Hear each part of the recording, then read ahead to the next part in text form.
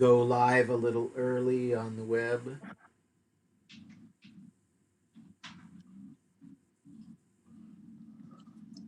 Okay. Pose. Yeah. Just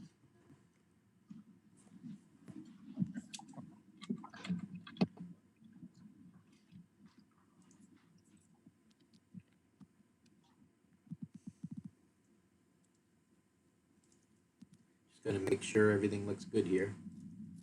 Just gonna make sure everything it does. Okay.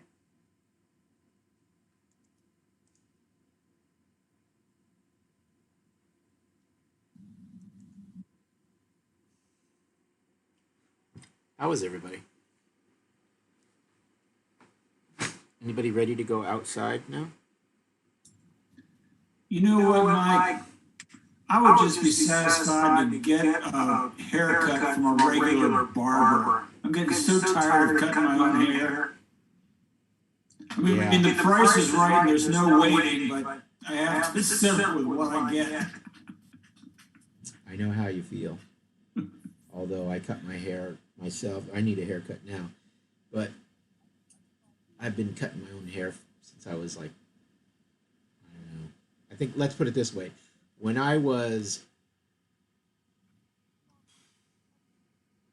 kindergarten through 20 years old, I think I went to the same barber who was my friend, my friend's dad, and I used to sweep the floors at the barber shop to pay for my haircut, and it worked. And I mean, he didn't ask me to sweep the floor. I just figured I owed it to him.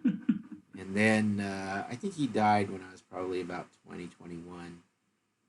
Then I went to a barber that cost like $25. I just remember it was really expensive. I figured, no, whatever. It was next door to this place that I used to work for. I used to not work for, but I worked with. And they had this fancy barber next to them. So I went there, got my hair cut, and I went home and I combed my hair all straight down like Moe from the Three Stooges. And I looked to see how it, what the shape of it was when it was all combed out. Took the mirror and looked behind me, oh, okay, that's what the back looks like. And then since that day, I've cut my hair exactly the same as that fancy $25 haircut was from that point on. And it works. I mean, right now it looks pretty ridiculous, but yeah, comes out okay. And if you don't think so, don't let me know, because I'm walking around with it. Well, Mike, my only rationale is this, that I don't get a haircut, but I look a lot better than if I didn't get it at all. I'm slowly getting better at it. So. You can always let it grow out. Anyway, hey, I got my vaccination today. Oh, did you? I got my COVID vaccination today. Yeah. Good. We'll keep an eye on you for death or palsy. Oh, well. Yeah, I mean, those are the facts, that people are dying and getting palsy. But, that's only like something like 150 out of all of the people who have been vaccinated in the United States so far. So it's not bad. Your chances are about the same as dying of COVID. But you're vaccinated. Which one did you get? Did you get the Pfizer or the Moderna? I got the Pfizer. Seems to be the most popular. Unfortunate that I'm a member of Sutter Health. Yeah. Did you go over to the vaccination clinic next to the Costco? By the Expo Center? Expo Boulevard. Yeah. My parents did, or my father-in-law and mother-in-law, they both went to that as well. They were looking to get vaccinated for the longest time, and they kept getting told no. And then they finally called Sutter, and Sutter said, yeah, just go over to the Expo Center. And they did. And they made an appointment. It was for like a week later. Mm-hmm. So they went over and they got their shots as well. They're due for their second shot sometime in the next week or two. Yeah, well, a lot of places are really opening up, and it's a lot easier to get it now than it was even a week ago. Right. I'm glad that they got it, not because I care, but because we don't have to eat outside every Sunday night now. Getting pretty tired of being out. Mike, you always look at the bright side of things. Yeah. How you doing, John? He's got the mic off, so. I know. I'll mute.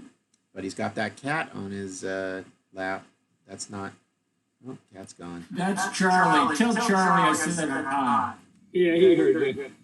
Yeah. Not pretty good. I guess that's better than ugly good. Although one can argue either way. Mike, did you get your shot yet? Yes. Did you get both or just one? No, I kind of got lucky on that 4 days where Kaiser had a whole bunch of them. I called in, I was on hold for almost 3 hours, and then a nurse came on, and we went through the checklist and everything. And when they got to my cardiac thing, I said, "Can you be here on Monday?"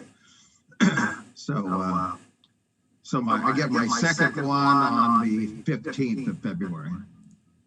Oh, okay. So we'll. And it's the Moderna. Oh, it is the version I got. Moderna. Okay. Very nice. Yeah. Very nice. I'm happy. Yeah, that's good. So, I guess you're gonna be having no excuse for field day now. Well, we'll see. There's still time to make up an excuse. Okay, fair enough. And what about you, Erez? How are you? I'm good, thank you. Got my first vaccine. I'm not 65, but I got lucky, so got my first one. Yeah, I guess they're giving it to people in their early 40s now, huh?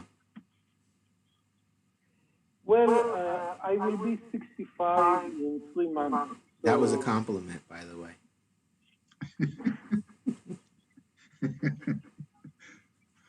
I'm slow, I'm sorry. That's okay. But I just pleaded my case and got lucky, so yeah.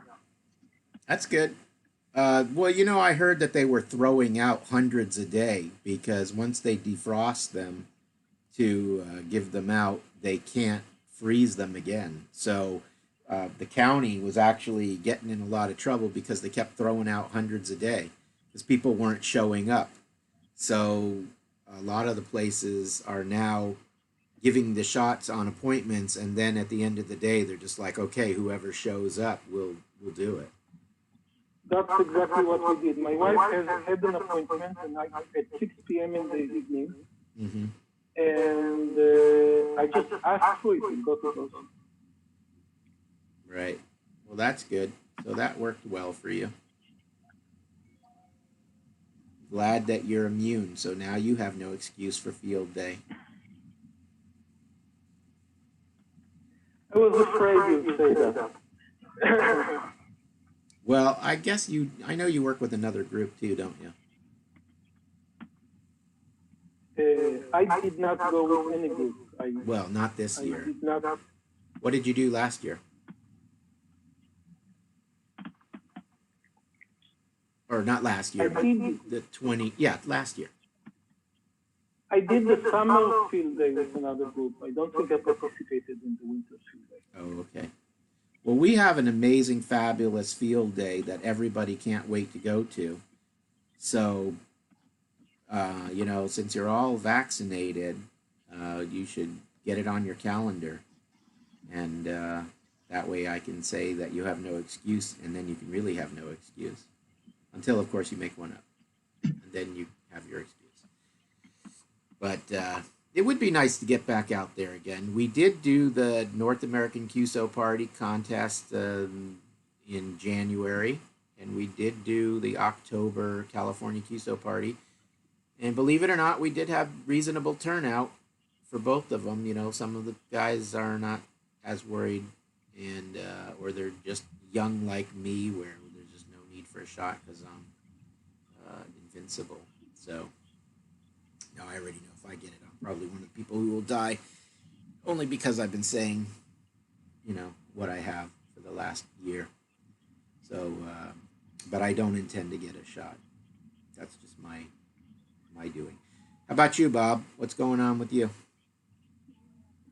PGQ. Oh, we were working on cars today, and my tower blew over, and so I'm sad about that. Please tell me that your real tower, the big tower. My honest to goodness 70-foot tower is now about 30 feet tall. Now that was guide as well, wasn't it? Nope. It's freestanding. Oh, it was freestanding. Gosh, you have all that room in that field. You almost should have just put a guide wire on it anyway. Yeah, I know. Well, Anyway. let me ask you this, and I hope the answer is yes. Do you have ARRL insurance like I told everybody to get? No. No. Homeowners insurance will take care of it, right? My house insurance may take care of it. You'll have, The tower company is coming, in a couple of weeks to look at it and help take it down and see if they can rebuild any of it and use some of the parts that are there. And when they do that, then I have to take the antenna all apart because half of it's trashed and get all the new parts and rebuild it. So fun and games. Yeah, I'm sorry Sorry to hear that. Yeah, definitely. Yeah, and now's the time when all the de-expeditions are going to be starting up and contests are starting and the bands are getting better. And I don't even have any tall trees to throw a dipole up in. Well, you have till January before we come over for the North American QSO party. Oh, it'll be done before then, I hope. I hope so too. Do you know what peak wind velocity was when it went over? No, I don't have a clue. I didn't look it up. The news said we had gusts of 55 miles an hour. The tower is rated 100 miles an hour at 24 square feet wind load. And from what I understand, the winds were 55 miles an hour. And my antenna is 12 square feet of wind load. Sounds to me like a lawsuit against the tower company. Seems to me like the tower company ought to be really nice to me, or I'm going to, when I get the new tower back, I'm going to start putting lots of pictures on Facebook and QRZ and things like that. Yeah, you're half the wind load, which puts you at probably, 120 miles per hour. But how much of it stands? Pardon? How much of it stands? Well, it's a 4-section tower. Right. And it bent over at the bottom of the second section from the top, third section. So only 20 feet stands for the most part? Correct. Wow.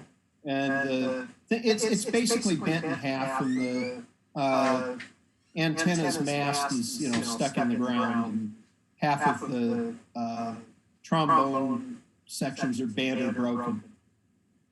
So they touch the ground. Yes. I see. Wow, that's pretty serious. Did it crash down or did it just kind of bend over? I have no idea. We woke up in the morning and there it was. Oh, I would think it looks like it bent over. Yeah, I was going to say, you would have heard a big thump on the ground. I mean, when a tree comes down, you get a good thump. Right. It looks, the way it twisted and everything, it looks like it just came down. And it looks to me like, and they'll have to look at it. It looks to me like the metallurgy of one of the legs wasn't probably up to snuff. I honestly think they should be responsible if they're promising wind loads. I mean, maybe not the tower company itself, unless they are the manufacturers as well. But I would think they are. Then I would absolutely think they should be buying you a new tower. I mean, especially if they're quoting 100 mile per hour with a 24-foot wind load. Yep. With 24-pound wind load. So anyway, we'll see what happens. Yeah, sorry about that. So I'll use that to get on a soapbox and mention once again, which I have in the past, if you own, or rather if you are a member of the ARRL, they offer insurance. The cost of it, I believe, is now at $1.10 per $100 of equipment. So $1,000 cost you, $11 a year, and they have a $50 deductible. So they'll pay for antennas, towers, radios, coax, everything. And that coverage is available. I think it's, remember, it's like Prudential or something, but you can look it up on the ARRL website. It's absolutely great to have. I had that insurance since I was like probably 15 years old. And I had one instance where I put a 2-meter 440, 2-meter 440 radio on top of the car, and I drove about 5 miles to this place I was going to eat breakfast with my friends. I got to the restaurant, realized, oh, that's right, I left the rig on top of the car. And as I was pulling into the driveway up the skirt, I heard it sliding down the roof of the car. And then I looked in my rearview mirror as I went up into the driveway, and I saw it out in the street. So I got out of the car real quick and I ran back to the street to get it. And I swear to God, this is LA. So I locked eyes with the guy driving up the street, and he accelerated. He saw that radio in the street, saw me, we locked eyes, and he sped his car up and purposely went towards the curb and ran right over it, and then drove off, of course. And I picked up the radio, and it was split in half. Really what had happened is the battery pack came off the main part of the radio. It slid back on, but it couldn't lock because it broke the plastic lock. So we must have hit it right at the battery where it joins the radio, and it just snapped it, and the two pieces. So I just put it back on and put a piece of duct tape around it, called the ARRL insurance and said, that someone ran over my radio. And they said, well, we're not going to insure it again, so you can call it a loss. And they sent me like $450 and, to buy a brand new one. And I told them, well, I'm not going to throw this one away. It still works. It just got damaged.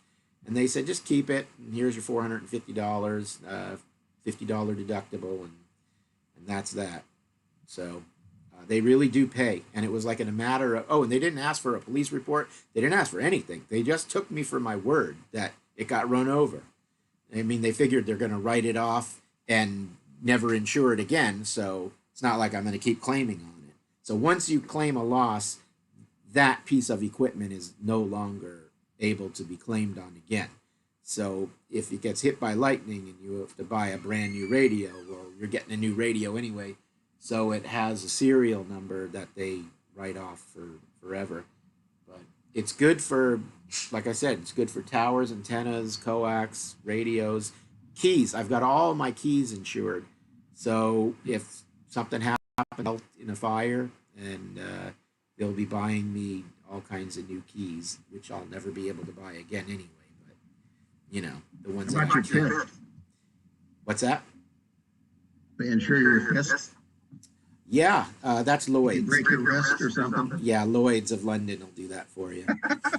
I've only got my legs. Walmart insures mine. Oh, okay. Yeah, I've only got my legs insured right now. I didn't think about my fist. You're right. That's a good idea. Me and Kathy Lee Gifford, we have our legs insured for $1 million. Yeah. So in any case, feel free to check that out. I think for Bob, even though I do believe the tower company should be paying, if they weren't, for $50, you'd be getting a brand new tower anyhow.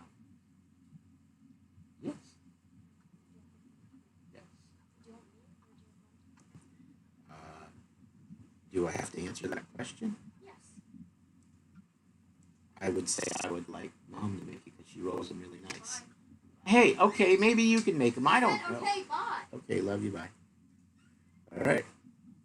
It's dinner time. So, again, sorry about that, Bob.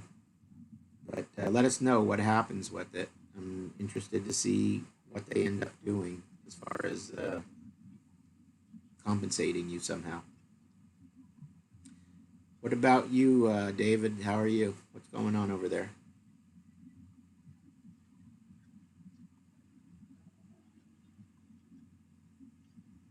Okay.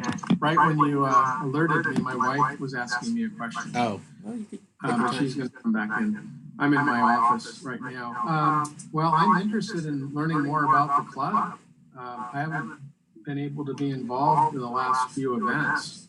So I got on here really to hear what's going on.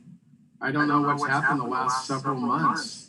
I've been busy with work, haven't missed any work during this whole pandemic. My mom and my sisters, two of my sisters got COVID and they're fine. My stepdaughter and her husband got COVID. They're good. A lot of people have gotten COVID in our circle. And yeah, so far our household seems to be free of it. We've got tested and several times and haven't had anything there happen. I'm sorry to hear about Bob's beautiful stepper antenna system. Unfortunate that happened with those crazy winds. My system is just wired up in the air and nothing's happened to it. It's only 25 foot high. And it seems to be working good. I just haven't been on the air at all. I missed out on a lot of great events just because of other commitments. So, yeah. Well, you were here for the October QSO party event, so that's good. Yeah, And that was my last real activity. This January is like before I knew it, but there wasn't there what was the January event? January event was the North American QSO party event. There you go. That's the one. Okay. Yeah, so we had that event, and again, it was over here, same exact thing. Table was set up 6 feet, people on each end to keep the separation of the 6 feet, social distancing. And everybody wore 4 masks on top of each other, except those who wore none. And that was 100% of the people, but in any case, we all washed our hands every 10 minutes, except those who didn't. And the table was, of course, supplied with hand sanitizer and Clorox wipes, which it was. So Yeah. it was pretty safe for anybody who wanted to be here. And I think we had 5 or 6 people. If you go to the website, if I'm not mistaken, let me check real quick here. If you go to the website, I think that, let me see, I've got so many windows open right now. Okay, yeah. If you go to the website and you go to the pictures, under media clips and pics, under photo gallery, let's see here, photo gallery, I believe that there are pictures posted of the NAQP party. Oh, there is no 2021 North American QSO party, so I will have to look for the pictures and get that posted. I think, Bob, did you take pictures for the NAQP? Were you here in January? Yeah, didn't I give you the pictures off of my flash card? Yeah, I think I did. I think I copied them right off your card. I got so busy with everything that I never published them. So I'll post those later this month, and you guys can check out the NAQP for 2021. Looks like I need to make a whole new category. For 2020, though, you'll see that we do have Field Day, NAQP, and the California QSO Party at the beginning of 2020. So all 3 of those are posted. So if you want to check what the events look like, you're welcome to zip through those. I see Andrew is over at Mike LQ's house. You're sitting in front of all his equipment. So what's going on over there, Andrew?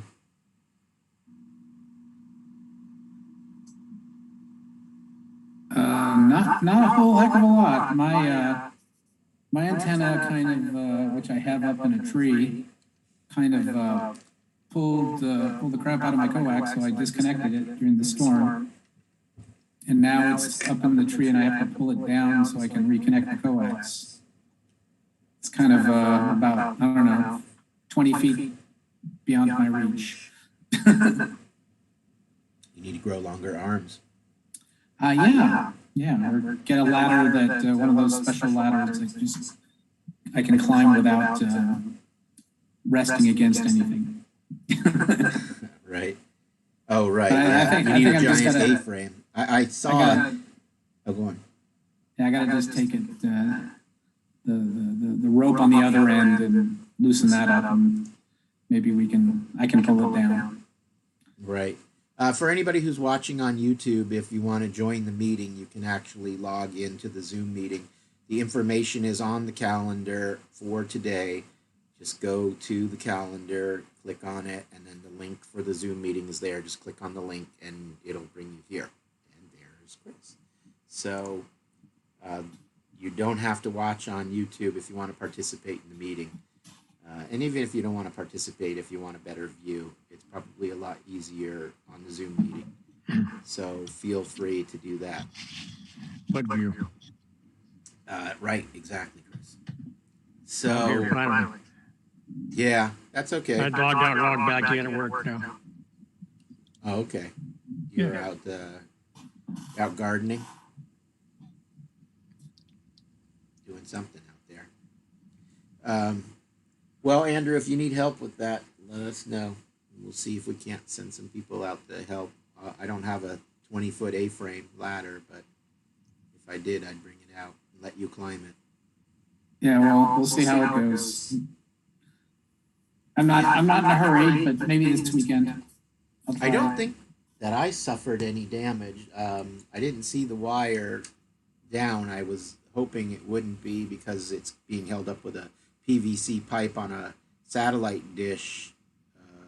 Oh, you guys put it up last year, or the year before, you or John did. Yeah, we put it up on the satellite dish, and looking at the SWR, it's a 1.2 to 1, which is about where it was before. So I don't think that. It's working. Yeah, it seems to be working okay. How did Redwood tree do? Did it survive?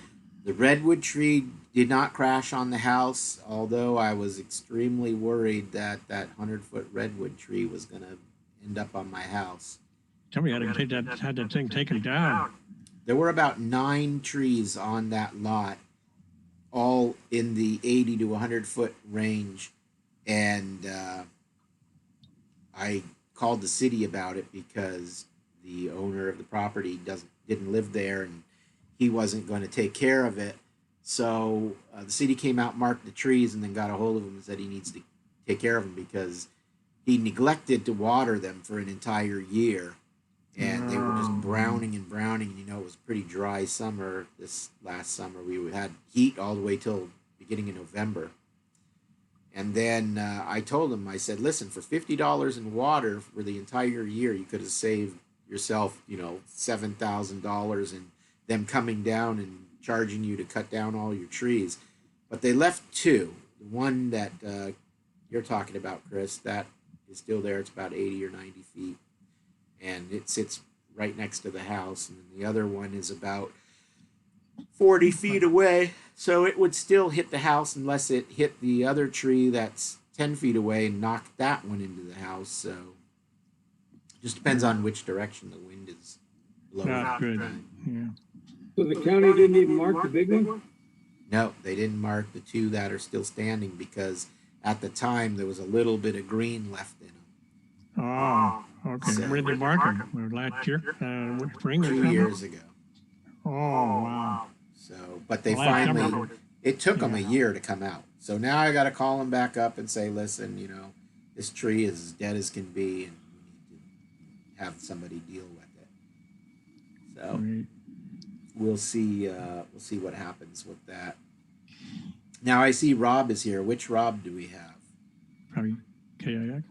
The KIX? Maybe we don't really have Rob. We just have somebody impersonating Rob. Not sure. But Okay, there we go. there you go. KIX. Just so you know, I've got you on the hit list. I know, Hit I'm list. feeling it. What's that? I'm feeling it. Hey, Mike, you lost your head. I know. Oh, I can't. I got that thing right your saver. Trying to get this to work. See, this is my hit list. Rob is on the hit list. We need to get your club dues for 2021. I'll send you a $20 bill. How's that? You can send cash if you want. Right at the bottom of the bill, what it's for. Because once it goes into my stack of bills. Oh, that's what happened. That's why you lost mine, because they didn't write anything on it. No, I wrote on it, but I just couldn't find it. So Chris has to pay his dues again for my memory. Or at least our memory still works. That's saying something. Yep, thank you. Yeah, so let me look at the list. We have 76 or 77 current members. Well, I take that back. We have 76 or 77 members from 2020 into 2021. And on my list is 1, 2, 3, 4, 5, 6, 7, 8, 9, 10, 11, 12, 13, 14, 15, 16, 17, 18, 19, 20, 21, 22, 23, 24, 25, 26, 27. So I have 27 people on my list here that are going to receive a PayPal invoice for the club dues for 2021. And we'll give them, 15 days or so to pay, and then we'll start pulling them out of the database.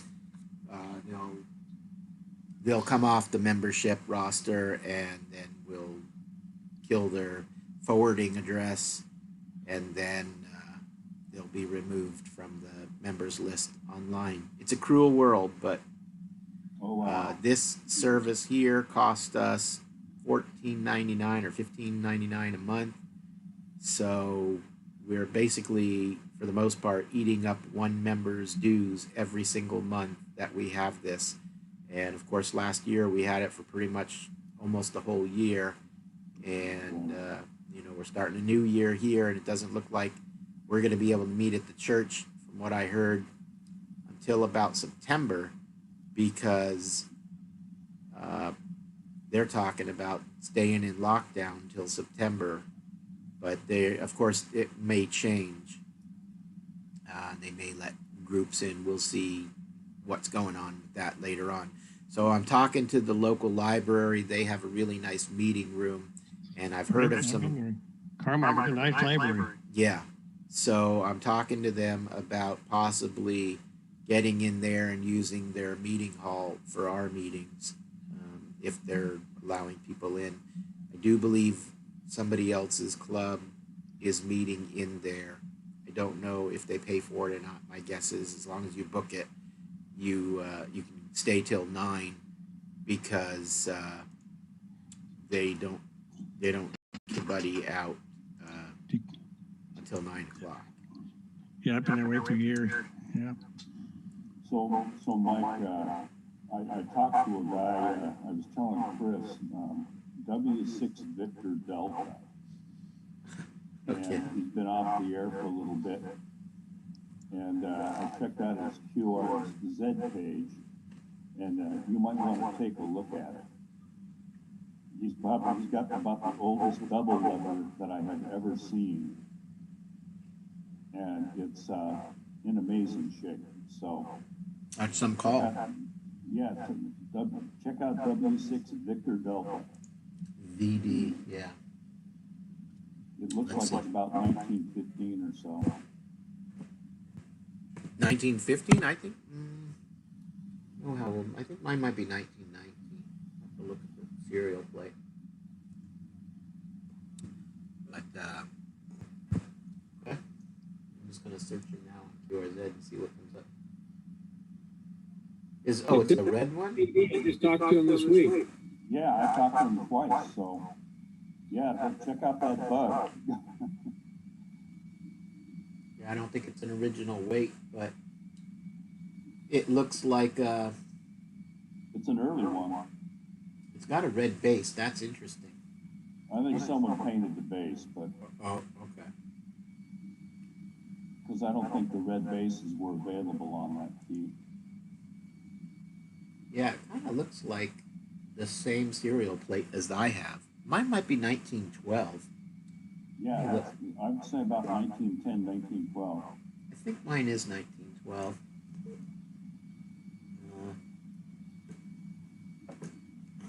You don't see those too often in operating conditions. So. Mine's pretty dusty, but operates just fine. Get it into picture. I haven't been on 40 meters so long, I don't remember. Yeah, I can't get it to show up on. Can you see that? No. Yeah, I got to get rid of this virtual screen. But this is the same thing. Yeah. I can't. It won't show up on this virtual screen. I don't know. So, in any case, I think mine is a 12. Oh, actually, I wrote right on it. Mike, hold it in front of your shirt. That seems to work. Too much trouble. Maybe next time. But it's the same thing. It's just not red. Yeah. Jonathan, why don't you introduce yourself so everybody knows who you are? Your name is what, Mike? I'm in San Francisco, John. So I want to say hello, Chris. I said you. He's glad to hear me here tonight. I'm so happy about that. Chris here tonight. I'm happy, right? My friend Chris, I said you. I'm happy my friend's here tonight. I know we heard from you last month, but we didn't actually see you. I'm here today. I'm glad to be. I'll be here more often. I'm going to try to be on Zoom more often before the summertime. We'll see, right? We'll see, right? Yeah, maybe when people from San Francisco area. They did a comment. You guys are Sacramento. I'm in the San Francisco area, Bay Area, right? It's not bad. I'm glad I'm staying home, right? Same state. Yeah. That's what Chris said. Bill, I almost. You guys are Sacramento. Yeah. I'm the farthest one on the west from Sacramento. I'm the farthest one, right? I am. Whereabouts are you? Near the Golden Gate Bridge, about south of the Golden Gate Bridge, in the San Francisco area, by the Sunset District. The Sunset, Richmond, Sunset District, and Stonestown area. I know where that is, my daily city. I know that area. By Ocean Beach, right? Right. It's nice out there today. Very nice day out there today. Thank goodness. Yeah, there was fog all the time. It's nice to Chris today. Nice day. All right, thank you, Jonathan. I'm glad to be here, Mike. I'm glad to be here more than one time, right? I like it. Good to see you. Good to see you. Neil, how are you doing over there? Unmute yourself. You muted? You're muted. Yeah, I was muted. There you Sorry go. for being late. We just came in from another Zoom meeting, so glad to be here. Well, what meeting beats our meeting? Well, it's a do-it-yourself meeting. We're trying to build a small transmitter for a very strange mode of transmission that you would not understand called CW. So this will be we'll be seeing Carol coming in soon then. That's pretty straight road, right? I'll let Phil talk to it. Carol will be coming back. Phil, is that where you were too? Bill, were you at that meeting as well? I was. Oh. That's where I was last month as well. Uh-huh. It's a QST article that one of our members thought it'd be a good idea to make a club project of. And so I laid out a printed circuit board to accommodate it. It's kind of cute. It's a digital VFO, driving a little IR 510, little QRP rig. But everybody's getting a chance to play with microcontrollers and winding some torrid coils. It's an interesting little project. Mike LQ loves computers and PICs and different Besides that, it's cheap and it works. Okay. Yeah. Arduino, how do you pronounce it? Arduino? Is that what it is? Arduino, yes, sir. Yeah. Yeah, Carol told us about it last. Yeah, she did. Right. So we did The hear next it. project after that will be a QRP receiver, right? Actually, Bob's thinking about one. A little direct conversion receiver. That'd be nice. Yeah. And then you need to power it with a potato. What you eating, buddy? Spring roll. Ooh, Spring good. roll. Dinner time. Health food. We haven't got the spring yet. We got to finish winter. Winter roll. I don't The know. groundhog says 6 more weeks. I heard. Well, you didn't see a shadow yesterday. I don't think he did. So we did see a shadow. You did? That's Is why that it's 6 what- more weeks. Is that what it is? Oh, 6 weeks if he sees Yeah, I it? think you did see a Okay. shadow. All right. Well, that's a shame. I don't You guys know. foresee going back to a in-person meeting, even keeping distance like we did with Mike there, anytime soon? We were just talking about that before you came in. The church so far is talking like they're going to open in September. September? Yeah, but Wow. that doesn't mean that they're not going to let other people in. It has been unannounced, but I just designed a circuit and a whole system for the gate and camera system, and John and I installed it a week or two ago or whenever it was. Basically, we can remotely open the gate from inside the office with the little clickers or from the internet. So they're going to be doing that between now and September, allowing people to come in little at a time as needed. So it's possible, if I talk to them, maybe they'll agree to something in a month or so. Do we If have not, facial recognition? So we see each other it does. at all? It has facial recognition as well. But also, Well, Mike, on the bright side, there seems to be some good evidence that the COVID rates and hospitalization rates are starting to move downward. And with every week, you get several million more people vaccinated and everything. So, just keep a positive attitude. And, who knows? Maybe it'll be sooner than September. You know, in 2019, the average daily death rate in the United States was about 800 people. I don't. You can. Currently, the average death rate's a little over 3,400 people. I would have to say that COVID is not quite under control. Well, we'll see what the church decides. But in any case, what I was also saying, Neil, was I'm looking at the public library since they have a meeting room. And I've heard of another group that was able to meet there. I don't know what the circumstances were for it, but if they'll allow it, then maybe we'll swap over to the library that's right next door to the church. Okay, we'll keep an eye on. Like Phil said, we're not there yet, but I think we're well on the way to hopefully a reasonable control very soon. In the meantime, we've got your credit card, and we keep charging this Zoom meeting to it. No problem. Yeah. Yeah. All right, let's see. I don't want to leave Cliff out. What's going on over there, Cliff? I haven't seen you for a while. I have been busy. Are you on the radio at all? John was helping me the other day. I have a problem with my VHF mobile on my car where it just shuts off my my fuse each time I start the car, but apparently it's not the fuse, it's the switch in my relay that was the problem that I determined.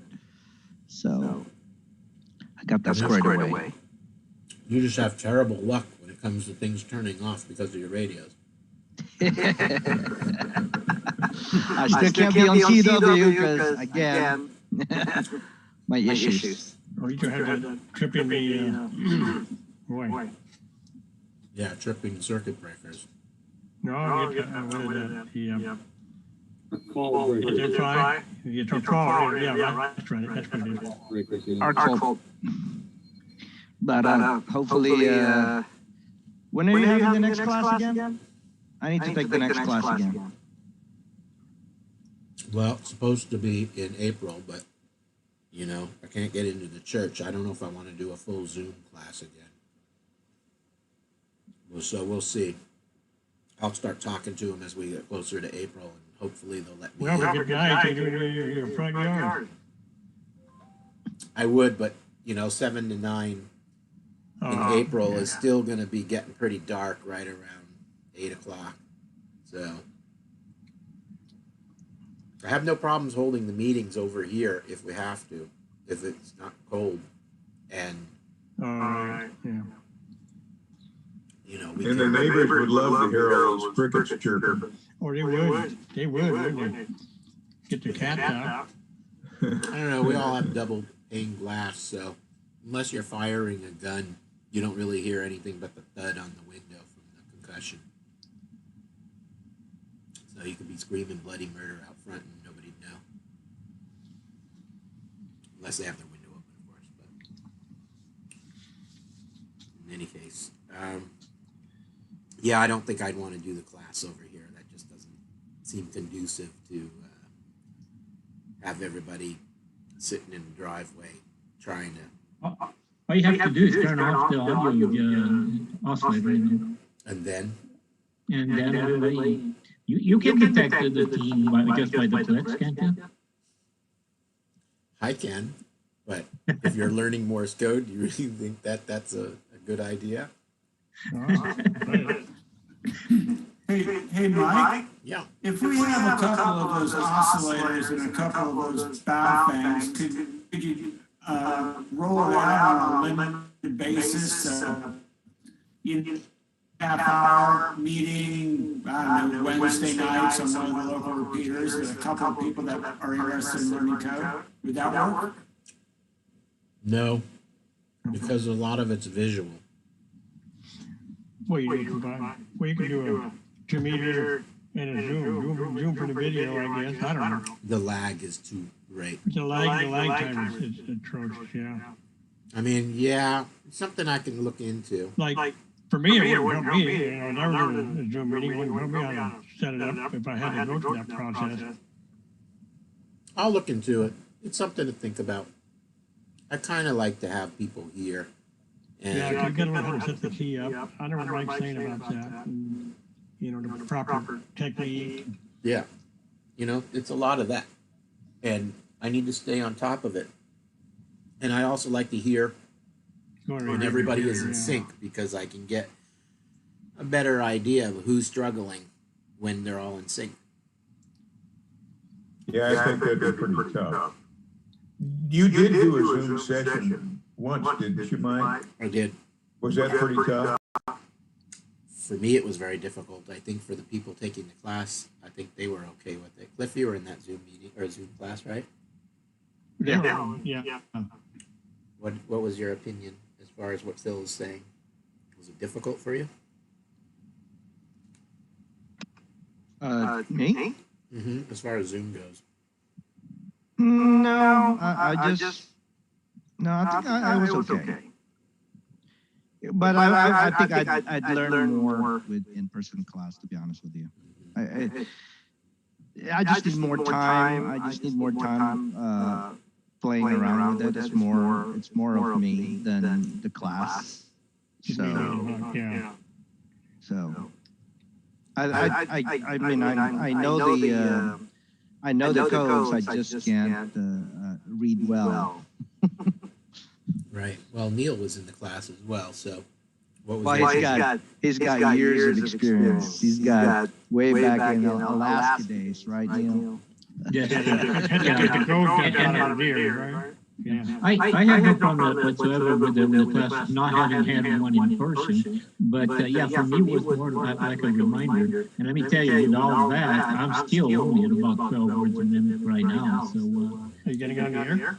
Yeah, yes, I have made a couple of those contacts. And, okay. Well, great. You start doing that. Maybe made how fast it will come up. Yeah, just too many hours apart, you know, between slow scan TV and this and flight simulator and a few other things. And so you have to kind of share the time. But I'm still as enthusiastic as I was in the beginning. Yeah, no question about it. Yeah, I think I recorded your speed at higher than 12 words a minute. I put you more between 13 and 15. Oh, yeah, sending, I can go up to about 15, but I'm talking about understanding what they tell me. From what I saw, I would say your comprehension is a little faster than 12. I'd put you comprehension easily at 13 to 14. Yeah, well, need practice, and I appreciate your help. So we'll see what happens with the new class, when we can have it. But April is the goal. I'd like to get it in person. I'll still run the Zoom though, because That will be the primary. right. So basically, what it'll be is I'll be teaching the class, and the laptop will be on the table, focused on me or my hand. So it'll be like when you guys were in the Zoom class, but my attention will be focused towards people who are in the class. And then, of course, I can still hear, so it's two-way communication, and I can see what people are doing on the Zoom meeting as well. But as far as syncing everything up, I'll probably just keep an earpiece in so that that sound is not interfering with the others in the room. Because as we saw in the first night, having everybody on at the same time was just a catastrophe. We'd have different frequencies to even be able to separate them out. Not even that. It's just the delay between. And Zoom, when we did this thing, it cuts out. And, well, everybody has different internet speeds, so that's the right, compression, latency and all that. compression for everybody was different. Now, what doesn't the CW Ops group use the Zoom meeting part? Is that what it is? Yeah, they use the Zoom meetings, and I haven't participated in one in a while, but it's pretty solid stuff. They start off with like some simple copying and some of the more common letters and some of the forms of sending, like CW, your station and stuff. And it's really good because there's all kinds of different levels, from raw beginner to trying to break the 20 words a minute plateau. Right. And but each person sends, everybody sends individually though, right? I think if you haven't ordered a couple classes, I would encourage you, Mike. Well, what it's is a very effective program. What do they do for the audio? A lot of times when I'm making a QSO, they found out that I'm a member of the online CW club, and so are they. And we both make a comment about how effective and how effective it is. Give it a try. What do they do for audio? Is everybody sending at the same time? Or are they individually, or only the person that's teaching is being heard? Well, what they do is kind of like a round robin, where they'll send out they'll send out like a word or a call sign, okay? And then the first person who recognizes it will like raise their hand, and then that person will send out a call sign. So like if we were going around this room, I would send CQ, W6SFM, DE, KD6GBY, and then you would go KD6GBY, W6SFM, and then you would go, K6OP, and then, it would be up to Andrew to realize that he's K6OP, and K6OP, W6SFM, and so forth around the room that way. And if you miss somebody, you go back to them and so forth. It's fun and effective. Okay, thank you for that. Just another note. And then we'll add some complexity to it, like you give the call sign, and then the theme for the classroom is your favorite Disney character. So, Mickey Mouse, Pluto, Donald Duck, so far down the line. And then, you'd have to, like mine was Pluto, and then somebody else's would be something else. It's fun, different ways you can approach it. All right. Yeah, someday I'll check it out. They've asked me to mentor, and I was like, I don't know, when they said no straight key. Well, I will say that there is some frustration in the club too. I mean, there's people who are wrong, and what they're using is like an iambic paddle. They like the sound of it, but they don't have the technique to do it correctly. So you encourage them to get a straight key, and they never do. Yeah, I saw. But that's luck. What can you say? I saw an advertisement that they're going to be at the next virtual ham. I don't know what to call it. Meeting. What is it? Ham Radio Expo. Ham Radio Expo. Yeah, I saw them signed up for that. I thought maybe I could do a speaker thing for Rig Expert because I didn't see Rig Expert signed up as one of the vendors. So I'm considering maybe I'll do a vendor table there. That might pay some handsome dividends. Yeah. Especially since I can do all the tech support on the computer, for the questions and answers. I asked them if I could do a topical speech for the, lecture to trade for a booth space, and I haven't heard back, so that's probably... Your Rig Expert presentation is one of the more popular things that have visited at our website. Yeah, I know. I have a copy, and I've not put my copy up. I just left your copy on there, and it's definitely got in the thousands for hits. It does pretty well. You're right. I hear people tell me that they watched that video. We get quite a bit of traffic. You should monetize it and make some money off of it. Yeah. You never know. The whole idea behind a club operation is to support the needs of the members, and at this point our treasury is in reasonable shape. We're not focused on that. Okay. Well, they say if you put a commercial every 20 minutes, then you can make it in the thousands, just so you know what decent amount of click-throughs. But speaking of Rig Expert, this is from an analyzer. A guy told me he didn't transmit into the analyzer. That's the return loss bridge. I can't see it in detail. I should probably... This right here. That's the view, the speaker view. Looks like a loss got returned. Yeah, that's a loss without return. It totally fried out. Is that a resistor? Or? Yeah, that particular component is a resistor. It's supposed to look like this one right here. Oh, it's a surface mount resistor. Yeah, it's an SMD resistor. It got so hot you can see. 805 or something? No, this one here is a 4. 0402? Yeah. But you see here in the middle, all this goo, it got so hot, it melted flux right off of the chip into the board. Right. But this is common. This is Using it for dummy load. Yeah, they use it for dummy load. I had one guy who hooked up his analyzer. So the analyzer is here, his radio's here, his antenna's here, and he put a T on because he figured that way he can analyze his antenna anytime he needed to. And then makes perfect sense. Yeah. Oh, yeah, right. And it's good for business. It was very good for business. Right side.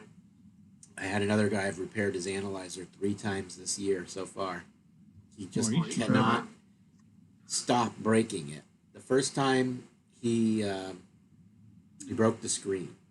The next time he screwed a PL259 into an end connector female.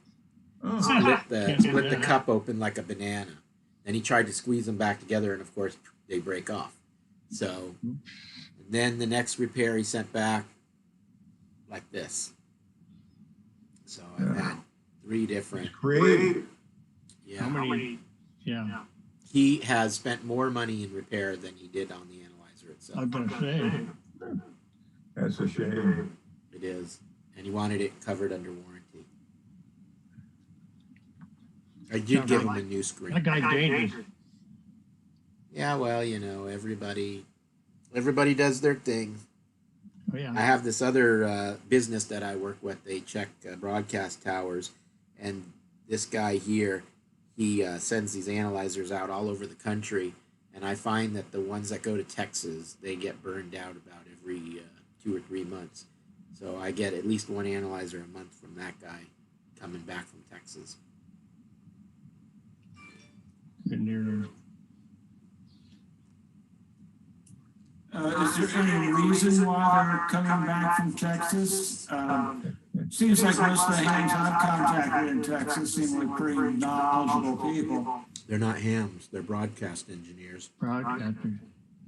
Engineer, magic word. Yeah, that's it, the engineer. They don't care about turning off the other broadcast antennas while they're checking the one they want to check.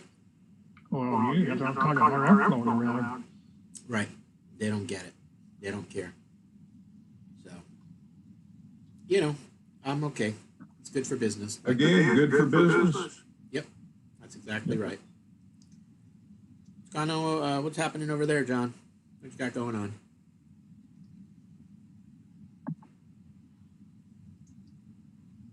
Oh, nothing too much. Had a tree blow down again, but wasn't the one with the antennas on, so it was okay. Wait, the same tree blew out again? Well, one blew down a year ago, and another one blew down last week. Chris thought you had put the tree back up. I thought you put a tree back up. Oh, I gotta get a little more Let's firewood. get away with that one. Got a little more firewood. Yeah, that's right. Yeah, firewood. Well, that's not a bad thing. I mean, now you're clearing the way for the RF to get out. That's right. You have a real big signal now. Yeah, that's good help. Can you burn firewood anymore? Sometimes on a clear day. You just wait till night, and nobody can see the smoke. I like that. Yeah, very good. Because you're home by that time anyway. I can't burn wood in my fireplace, but I wouldn't mind. We got pellet. One of those electric start gas. Oh, yeah. They're kind of nice. They save all that tree bark and sawdust triggers through your house. Yeah. Oh, yeah. Those gas all are nice. That's so underrated, Phil. What's that? That's so underrated. Yeah. The soot in the house. The bark in the pitch, it's so underrated.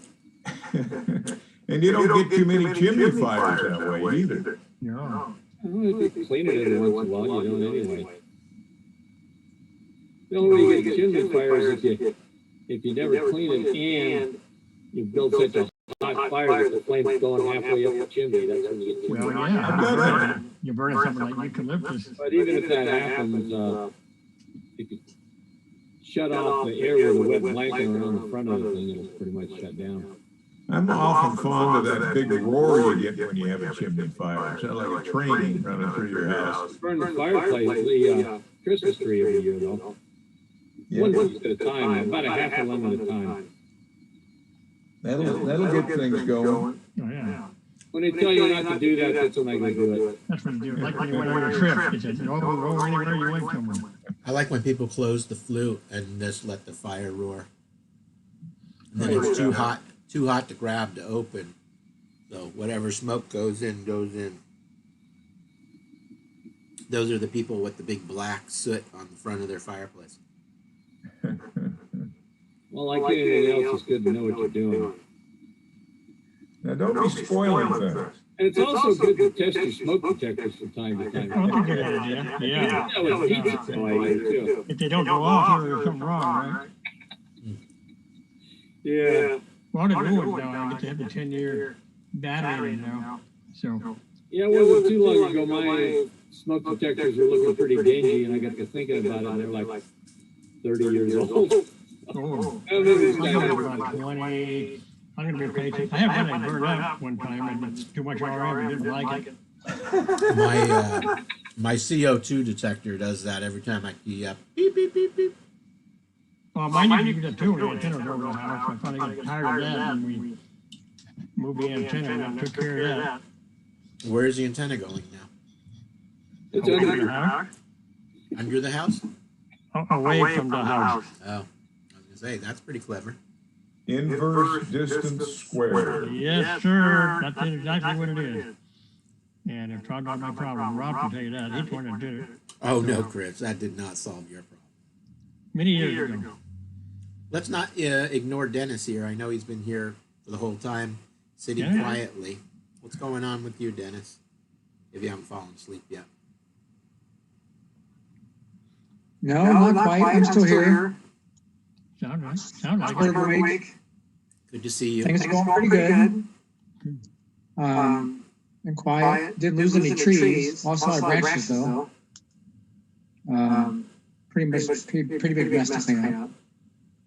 I think I mentioned a few months ago I was gonna have a building set up here for a shack. Got that project about halfway done.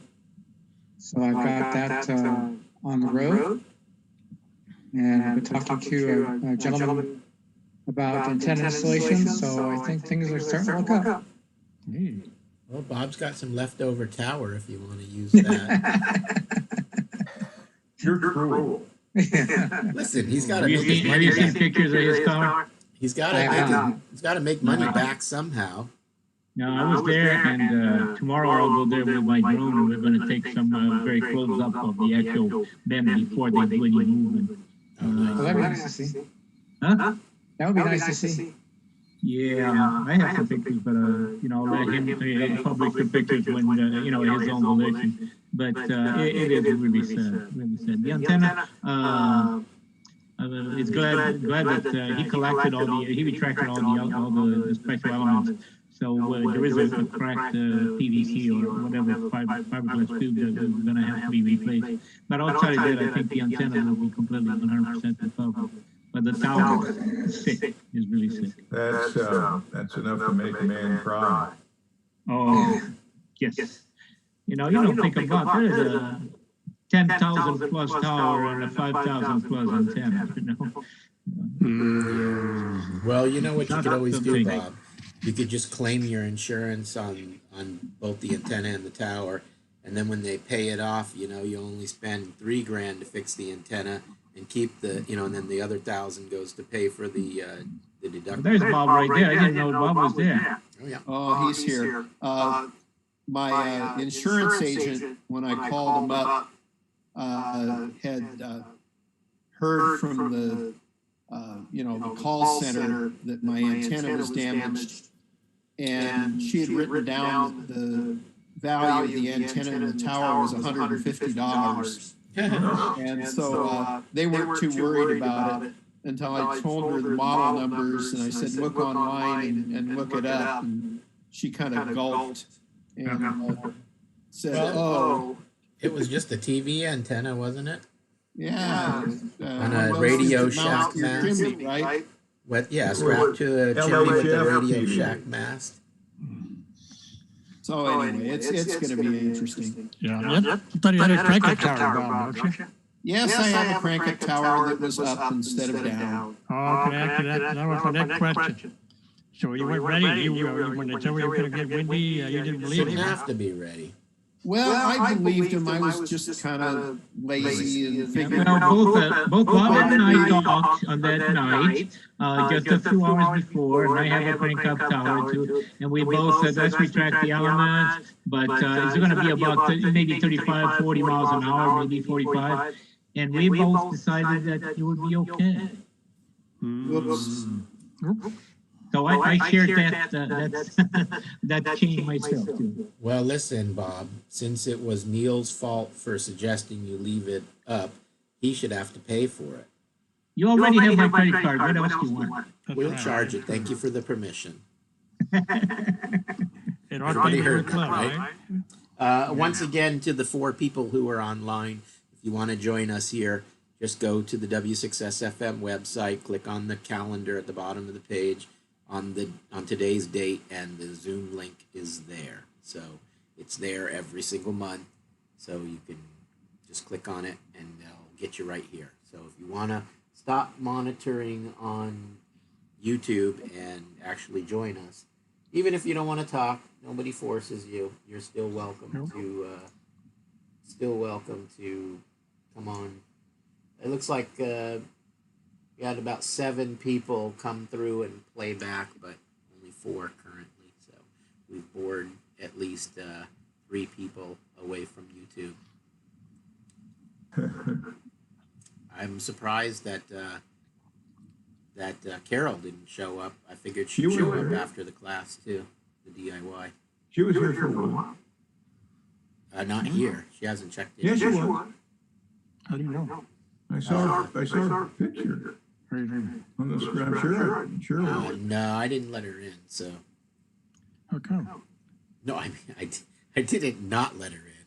I just didn't see her. Maybe I'm thinking about the other meeting.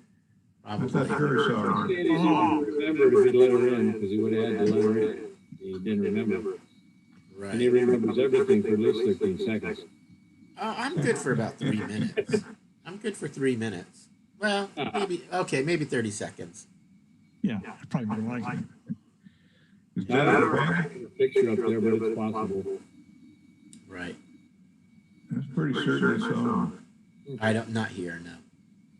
So, Eras, are you taking your radio mobile and doing any work out on the road, out at the dam or anything? My outdoor activities are in the backyard. Not farther than that. But I've been playing with end-fed half-wave. I got my antenna end-fed half-wave, and it's too long for my yard. So I actually shortened it with a loaded coil, and that works really nice. So it's a coil, it's a 80-meter half-wave. The coil sits at the 40-meter point. So it acts as a choke for the 40 meters, and as a loading coil, it's 80 meters. Right. And it works nice. Not the same as the full length, but works pretty good. Yeah, half-wave's plenty long enough. So what's the balun on the end? Do you know what the ratio is on it? I'm assuming it's 49 to 1, but I didn't check. Okay, yeah, that sounds about right. Usually between 48. I've seen them go up to 91, but well, it's pretty high anyway. Yeah, that's still a lot of winding. What was yours, John? I think you were 64 to 1 or some weird number, or you're 49 2. You're balun. Or onion, that's what you have, not a balun, onion. Yeah, it's an onion. I'm trying to think. Well, I started out intending to make a 7 turns, but then when I got done, I figured out that it was actually 9 turns, because it's an auto transformer, so I forgot to count the first 2 turns, which is also the primary.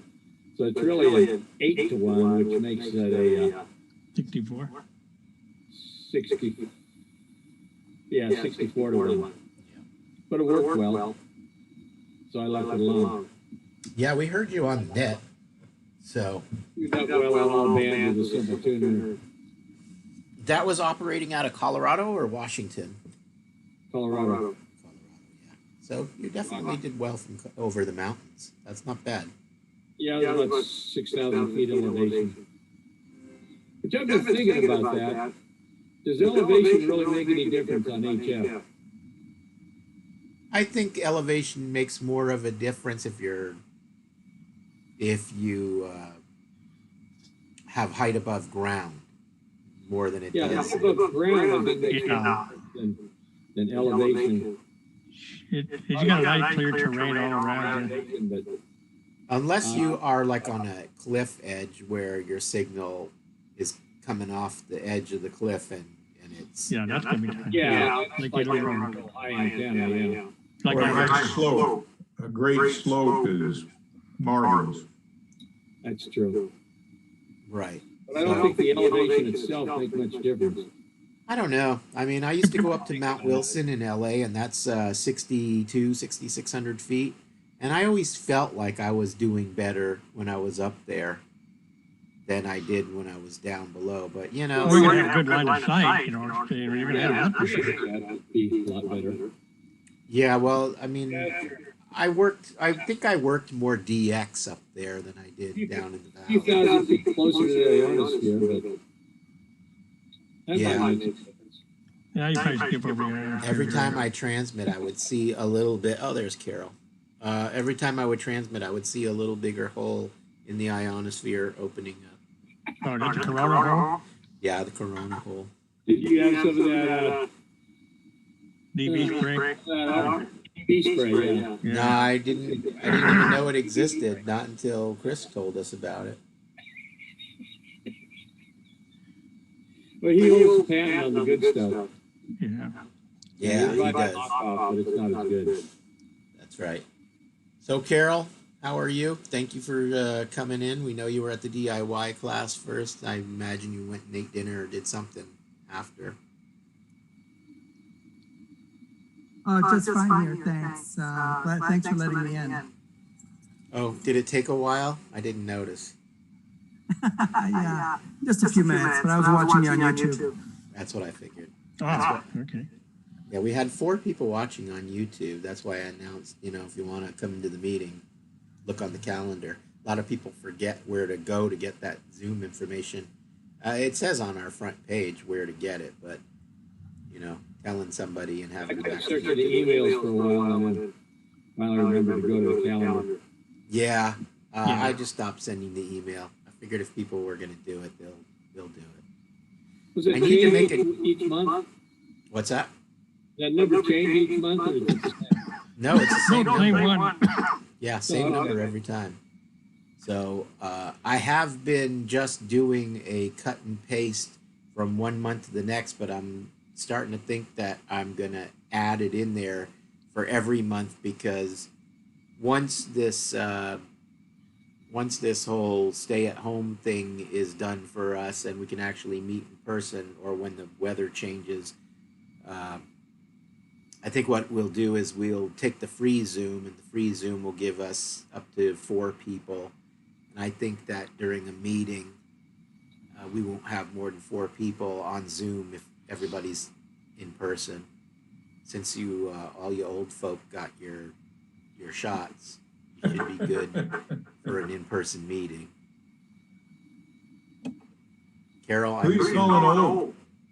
I was talking to John. Sorry. Oh. Carol, I assume you got your shot? That's fair. Push your space bar. It's easy. Yeah. I had both of my shots. After the second one, which I got, was about 2 weeks ago. I did get sick for about a day. I was in bed with fever, and I was really weak and delirious. But I just took plenty of chicken soup, and the next day I was all better. Which one did you get? I got the Pfizer. All right, so Mine is 65. the 3 of you who took the Pfizer. I've heard a number of people are getting that kind of reaction from Pfizer. Yeah. Yeah. I don't know if it's a statistically significant amount of people yet, but No, it's not a lot, but My wife and I had our vaccinations this morning around 9 o'clock. which one I'm you fine, not even a sore arm, and she's dizzy, nauseated, stuff like that. So different reactions to different people. Yep. Yeah, I hardly had any reaction to the first shot at all. The second one was quite a surprise to me, but I've heard other of my colleagues had similar reactions, so I wasn't completely surprised I was ready for it. Yeah, that's what I've heard, is the second shot's what kicks you in the butt, not the first one. I've heard the first shot. go ahead. I've heard the first shot can be a bit sore in your arm, but most people don't react to it unless they're having an allergic reaction or death. Are there any noticeable differences between the Moderna and the Pfizer that have been noticed? I've only heard about the Pfizer as far as side effects go. I haven't heard anything about the Moderna. My Well, Johnson and understanding is Johnson came out today, right? That's a one-time shot for them. So, Yeah. What did you say, Michael? so my arm near the injection site was very sore for about 3 days on the first.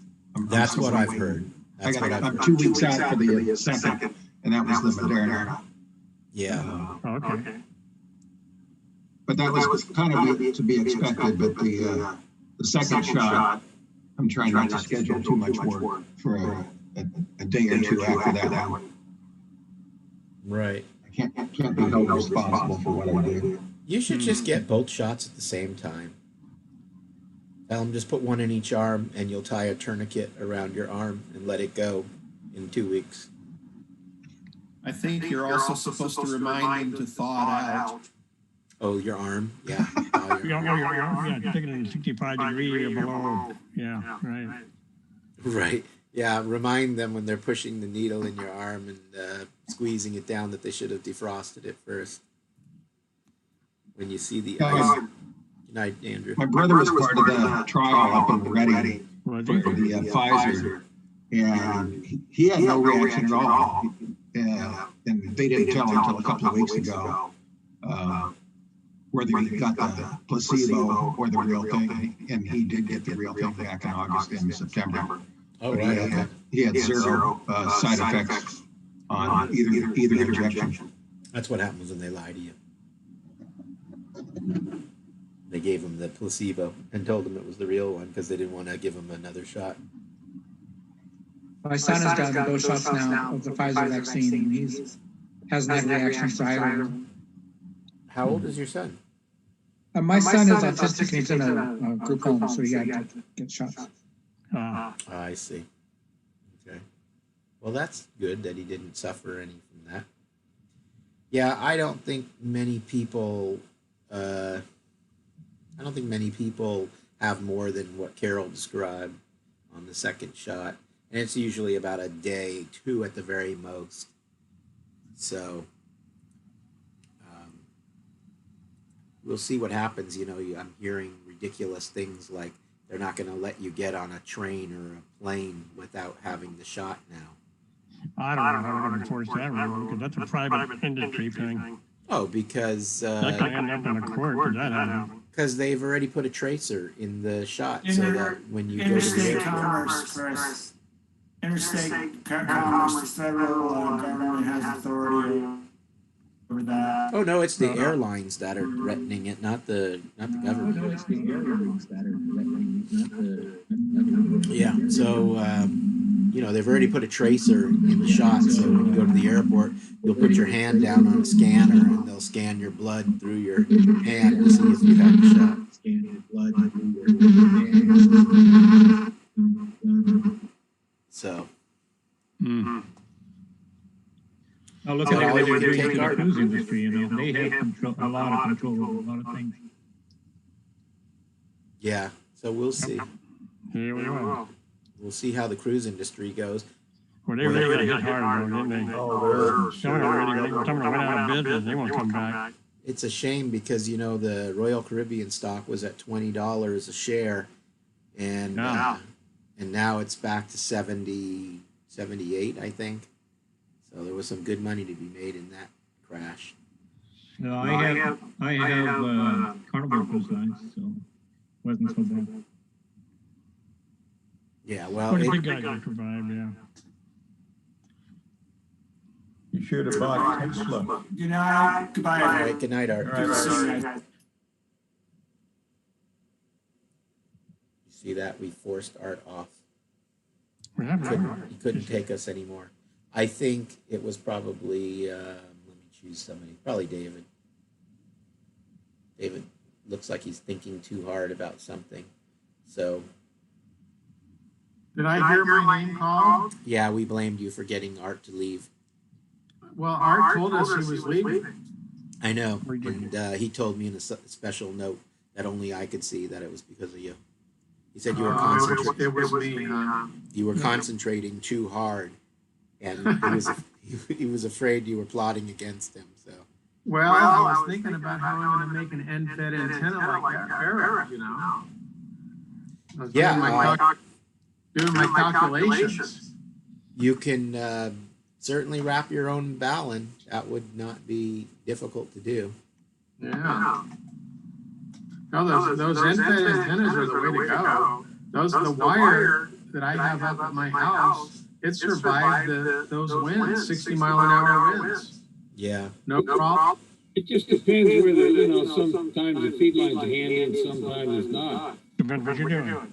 Yeah, it just depends on the layout of where you need it. When I would like to make it worked pretty good. I just threw it on the banister and threw the other end in some trees, and it worked fine. And with a dipole, would have been a real hassle to set up a dipole and get the center fed. But either way, it's a half-wave antenna. It's just a matter of matching the impedance if you do it on the end. Yeah, I had that one that we put up at Stan's place and never got back. That was a nice little QRP end fed for 80 meters. So I've been meaning to maybe make a new one because when I travel with the KX2, not the KX3, because the KX3 has the Go box with the buddy pole system. So when I go out with the KX2, I think that I wouldn't mind having an end fed that'll do good for 25 watts. Right now, I usually just take either a dipole wire, or I have the same dipole wire, but I put the ground on I put the radial for ground in the Airbnb type of place or the hotel room, and then I toss the center conductor out the window. You don't really need a ground. Well, not on the end-fed. I'm talking if you have a half-wave antenna, it doesn't need a counterpoise. You only need a counterpoise if it's quarter wave, and you need the other half of the antenna. Yeah, I'm talking about the dipole that I have. It's 260 feet long. Yeah, I'm talking about the dipole that I travel with, as opposed. It's just 2 wires. So when I'm operating QRP, half of it in the tree and half of it on the ground or something. Yeah, usually if I'm operating from a hotel or an Airbnb, I just throw the so it's like vertical with a radio. Yeah, basically, it's actually inverted vertical. It's like an inverted L, because I toss, like usually I'm up on second story or something, and I'll toss the center conductor down, I usually tie it to a spoon from the kitchen, and then throw it out the window and let it hang. And then I take the other side for the ground radial and I just toss it into the room that I'm staying in, and that works pretty well. I've actually worked the entire European nation from England that way. It worked great on 10 watts. Well, that's kind of like working Oregon and Washington from Sacramento, isn't it? Pretty much, yeah. You can pretty much drive. It sounds impressive, you work Europe with a 5-watt rig, but yeah, when you think about it. Well, I worked Russia. I was able to get Western Russia, which is pretty good. And I worked China and Japan. And I worked the easy stuff, which you're talking about, like Morocco and France, and I think I worked a Japanese station from London that way. So that's a little harder. Yeah. So I did get some good stuff. Carol, you have that Alex loop, I think. That probably works really well. How small does that pack up? Yeah, I don't have the Alex loop, but I do have one of the chameleon loops. And it does come in this pack. I can actually bring it here and show it to you on camera. It's not very big. And that's good down to 40 meters? Yeah.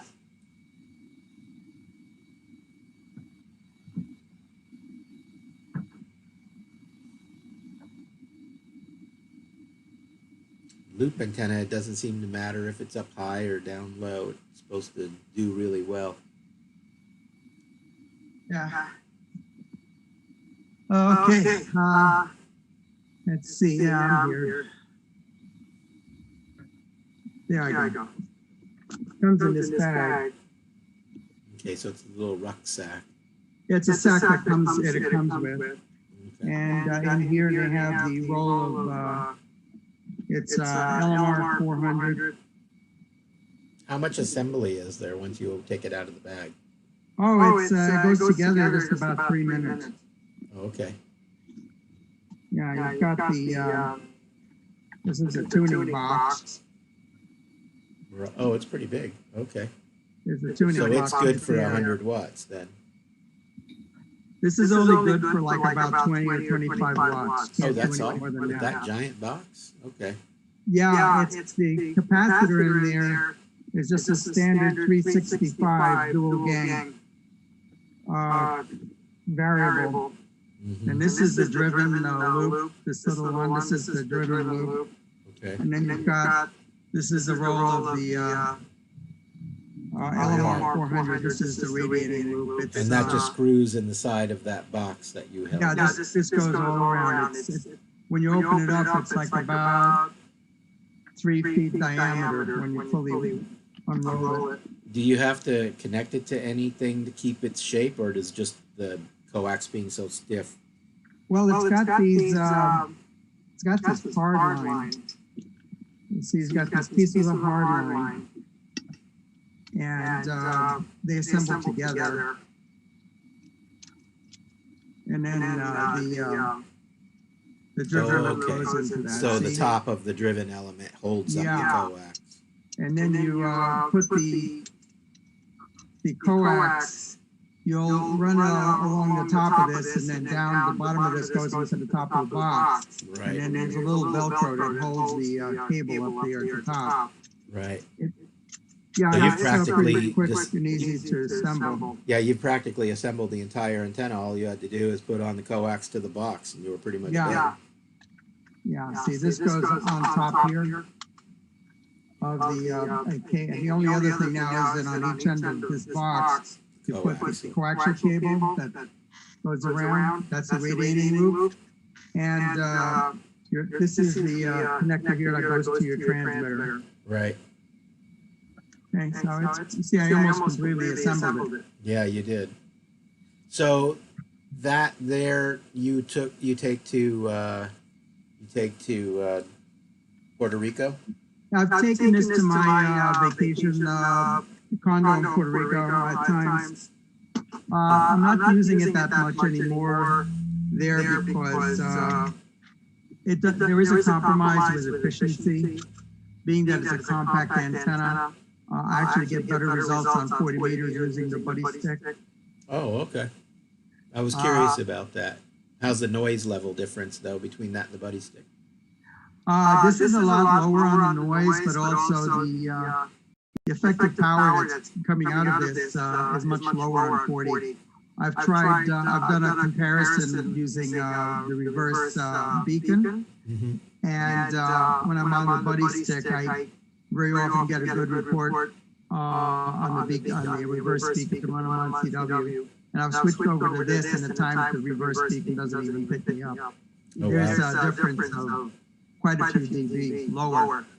There's not that much difference on the higher frequencies, like 20 meters, it's pretty good. 15 and 10, it's a lot, it's almost as good as the buddy stick.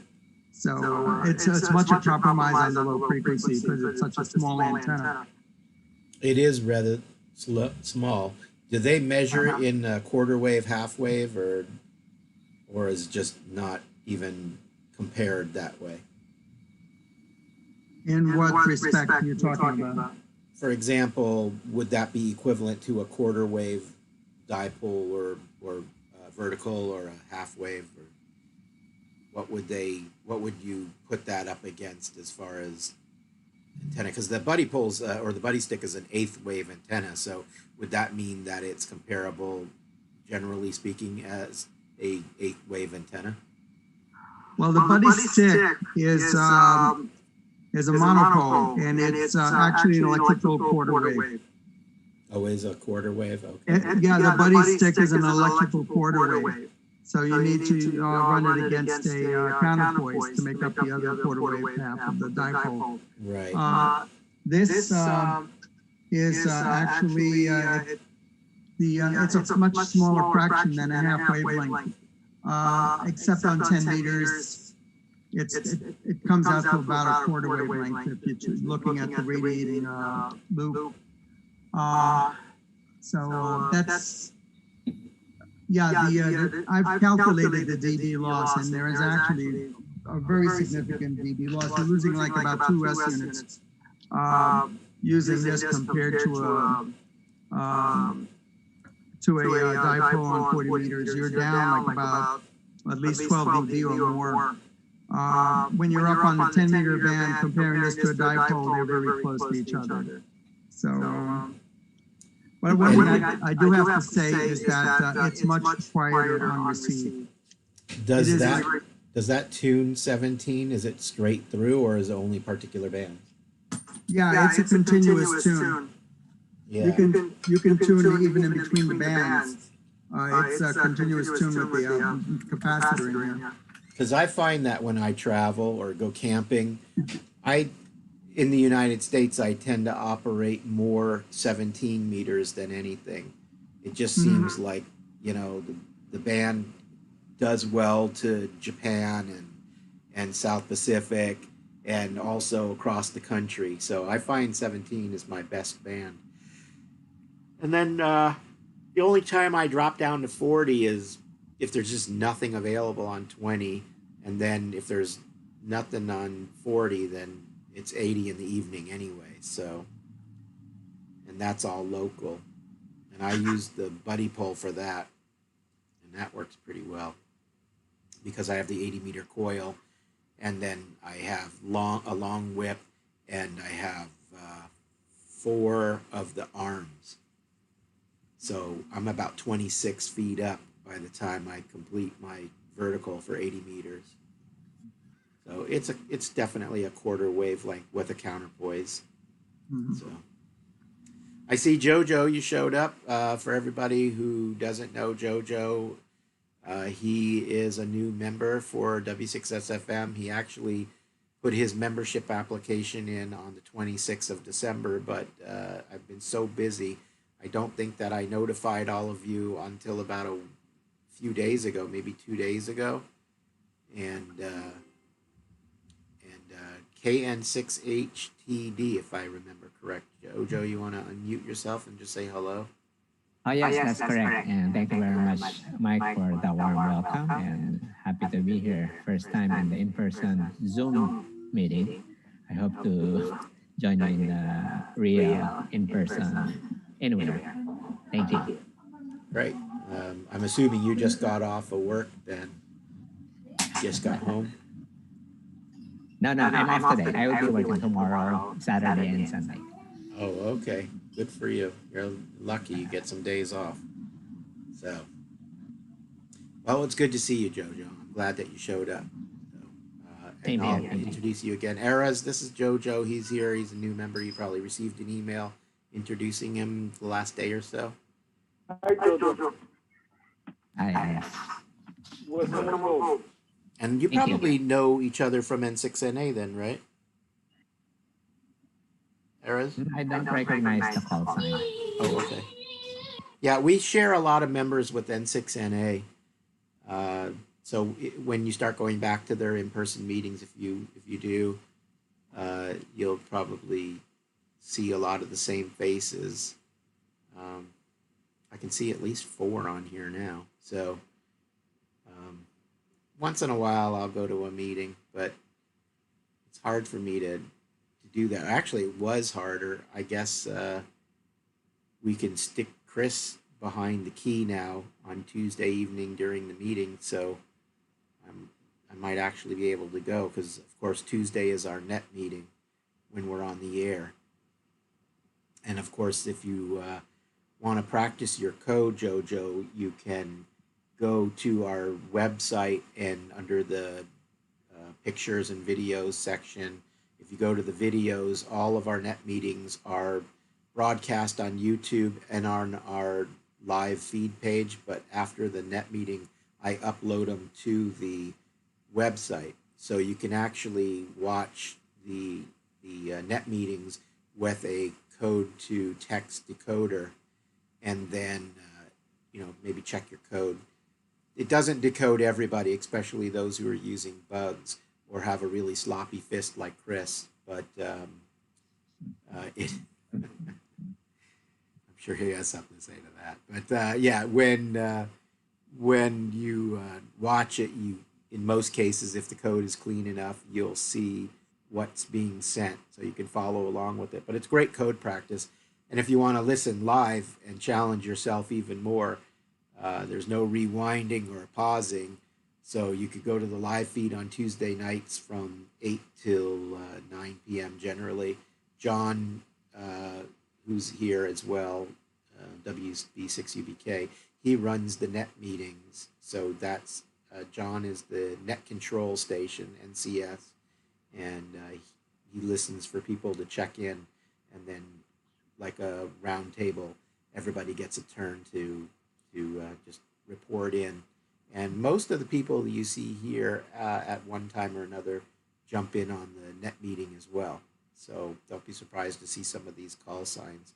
Look at that, Carol's already finished that. Yeah, there's the magnetic loop antenna there. Yeah, that's pretty easy. What's holding the top there? Is it a Velcro tie wrap or? Yeah, Velcro. Yeah, that's what I figured they'd use, a Velcro tie wrap. Yeah, it's pretty straightforward and easy. I mean, it's just a giant capacitor in there, right? An air-filled capacitor. Yeah, it's like I say, it's a dual gang 365 picofarad air capacitor, the same that we were finding receivers years ago. So it doesn't have a very high breakdown voltage. It will only withstand like 20 watts tops before it arcs over. So you can't use it on a 400-watt radio. Right. Yeah, I was over at somebody's place. I can't remember where I was, but I was at Rob DQ. I was over at his place the other day, and he's got one of those MFJ loop antennas, and that is 100-watt or 200-watt loop, and the capacitor in that thing is massive. I looked at that and I was like, holy crap, how much wattage can you put through that? And he says, I think it's like 100 or 200 watts. And yeah, but I can't even imagine carrying a capacitor that big for a portable station. No. Not unless you're going to an island somewhere and you're putting it in a Pelican case. Because that thing was huge. But they also use an aluminum tube for their loop as well, as opposed to coax. Yeah, you can get an aluminum tube loop for this one as well. It's I think it's like an inch diameter, but it makes it so bulky it'll be almost impossible to carry in that backpack you'd have to. Yeah, it's just so hard when you have to bend that aluminum every time. Yeah, now this base here, it's tapped. It's got a hole here. Actually, I've got a bolt in there, but that can actually mount on a camera tripod. Oh, okay. Which I've done before, and now we can actually rotate it for directionality, and the tripod holds it pretty well, unless there's a lot of wind. What happens if you put that horizontal and like a U-bolt it to a mast? How would the operation be that way? Okay, yeah, if you use it horizontally, the thing is, it's an omnidirectional antenna if it's horizontal, and it doesn't work very well close to the ground. This, when it's in this vertical configuration, you can have it as low as just like about 3 feet off the ground, and it doesn't affect the efficiency. It works very well. If you put it in a horizontal position, then it's kind of like a dipole almost, and it has to be for the highest efficiency. It has to be a half wave off the ground, so it's going to have to be way up. So it's a vertical in a vertical position? Yeah, this is a vertically or a vertical polarized antenna in this position, yes. Mm-hmm. And do you know what the approximate fire angle is at 3 feet off the ground? It's kind of like a bubble because it radiates in all directions, overhead and down, pretty much to the horizon. So you could pretty much get a 10-degree fire angle off that thing and work DX if the bands are doing well. Yes, pretty well. The null is a line directly through the center of the loop. That's the null. I see. So I've used it, like when I was at the Dry Creek Ranch for a field day, I was trying this, and there was a really loud noise from some power lines nearby. I was able to orient this so that it completely nulled out that noise. Really? So you just rotated it and the noise dropped out?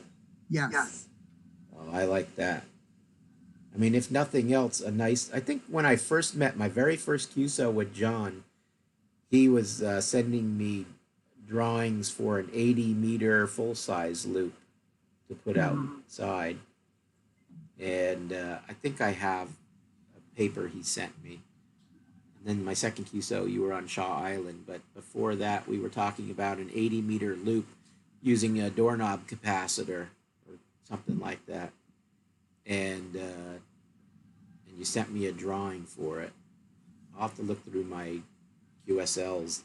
But I remember getting that, and the loop was like 8 feet tall or something, or 8 feet around. It was a really giant loop. You don't remember that, do you, John? Vaguely. Yeah, I was hoping you I got it from somebody else. I never did try it out. Yeah, I was hoping you were going to come over and Was that a receiving loop only, or was that a transmitting loop? I think it was a receive only, if I'm not mistaken. Yeah, I don't think it was the magnetic loop. Yeah, it may not have been a mag loop. I can't recall. That was about 10 or 12 years ago. So. Yeah. I was thinking I was trying to get a beverage style antenna or something to have better reception with lower noise level. So I have a beverage junior. You know, it's only about 100 and something feet long, stapled to the fence. But are you at the top? Good on the SDR receiver. Are you on the top or the bottom of the fence? Bottom, about 2 feet off the ground. Yeah. Stapled to the wooden fence, and I have a preamp on it over at the fence, and then run 75 ohm coax to the HDR, the soft rock defined radio. SDR. Yeah. Are you using the 75 ohm as a stub match, or you just use it because that's what you have? For feeder. All right, you just happen to have it, so it's cheap. It's close enough to receive. Not that critical. Yeah, that and makes it works rather well. Yeah. I used to use that receiver. I use it as a pan adapter for finding in QSOs. And I had used to have the inverted L, but it's a lot nicer this way. It's completely separate. It actually works a little better, I think. I have, at one time, I stapled a wire to the entire fence that goes around the perimeter of the house. And I actually loaded it up and it tuned really great, but I don't remember something, but I felt like I couldn't hear anything off of it, so I took it off. And then I ended up loading up the gutters on the top of the house. And the gutters actually worked. Is that the house you got the fire on? Right. The gutter worked well, but the gutters were just so super noisy. So I got rid of the gutters. Yeah, that's true, because I guess they're pop riveted together. Right. The connections between each of the gutters is so poor. And after a little bit of rust, yeah, it'd probably be pretty bad that way. Right. Unless you solder them or something. Exactly. Old school used to solder them, and that would be pretty good. Yeah. I don't think they've done that in the last 50 years or so. We've got that big ladder if you want to come over and solder my gutters together. Yeah, okay. I'll see you on February 31st for that. Of what year? Just pick a year, it doesn't matter. Okay. Sounds like a plan. February 31st job for sure. Okay, sounds like a plan. That's what we'll do. I have a question in the chat from Jojo about this antenna. This antenna will tune down to 5 megahertz, all the way up to 10 meters to 28 megahertz. And it actually sells for about $400. I think it's, well, I mean, all of the commercial loop antennas are like that. They're really, in my opinion, they're really overpriced. The cost of the materials that go into building this is no more than about $30 or $40. So they have like a 90% profit on these. Before I got this essentially just to compare with one that I home brewed. The one I built was, it only cost me about $25 and I made it with scrap stuff that I picked up at a swap meet. I picked up a capacitor to swap meet, and the rest of the stuff I just patched together from stuff I got at Michael's craft shop. And I was quite happy with it. So I got this one to compare with it, and they work almost about the same. Mine actually works a little bit better because I have a larger loop. It's a little bit more efficient. Yeah, but Carol, you didn't get the $360 carry bag.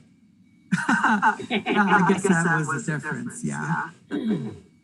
If it's not patented, then let's make a home brew project out of that. Yeah, this is not a patented design at all. I mean, plenty of people build these. Yeah, you can build that too, Jojo, if you really want. It's literally 2 different pieces of coax, a piece of aluminum, flat aluminum, and then a giant capacitor in a box with a knob on it. Has it been featured in the QST articles before? Yeah, I'm sure they have. Oh, there's plenty of articles in QST about magnetic loops. Yeah. I think they have a review on this one. This is a Chameleon CHAF. Okay. Did you publish anything for the DIY that you did for your loop project? Oh, yeah.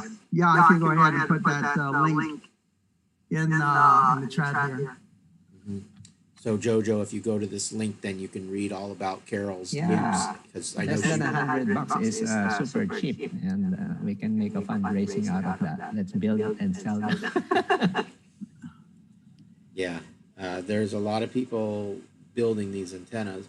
I'd say that the next best thing to that for the DIY antennas, other than of course dipoles and slopers and that sort of thing, is probably the spider beam or the hex beam, the multi-band hex beam, which you could probably also build yourself for under $100, and that would give you multi-band with a directional antenna.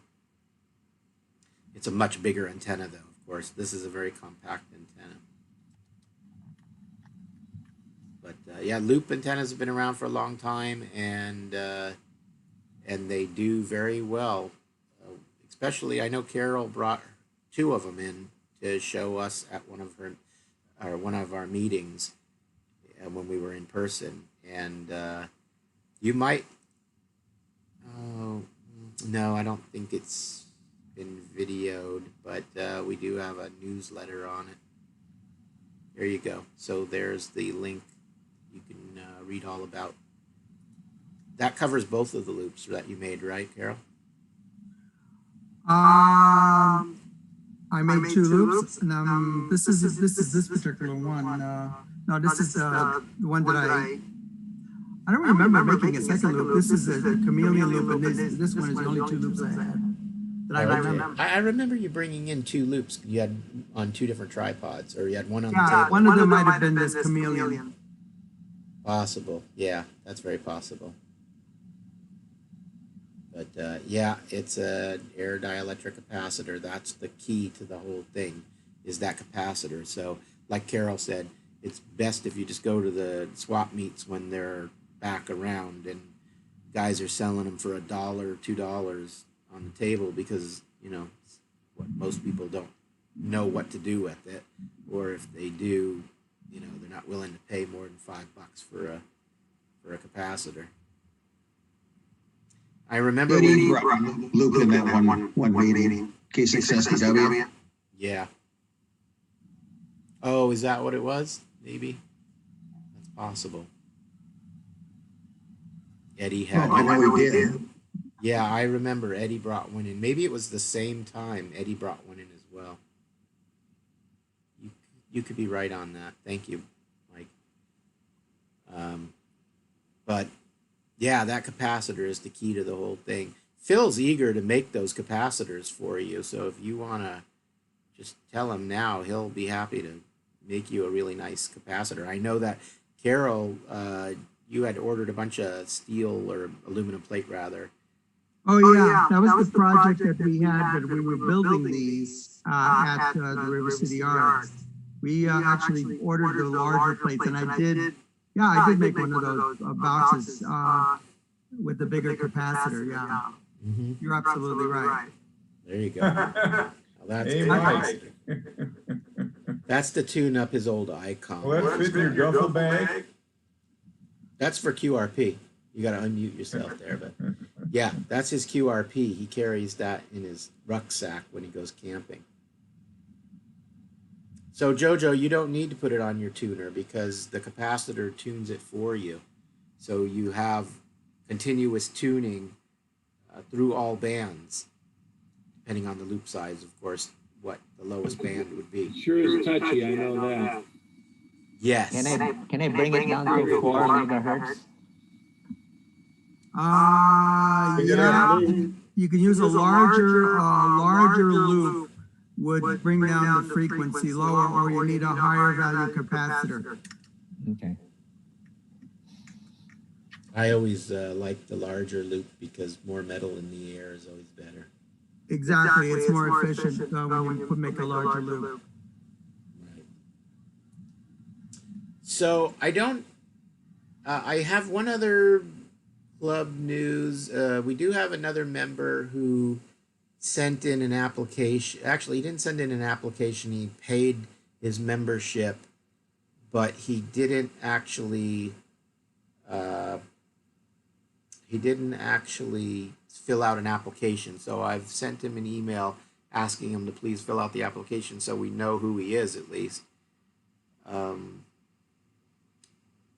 didn't. His call sign was his email address, I believe. Let me see if I can look that up real quick here, and maybe one of you know who he is. I'd be interested to know. Let's see if I can. Give me 1 second here. I'm just gonna pull the email over to the other window so I can check it. Okay, so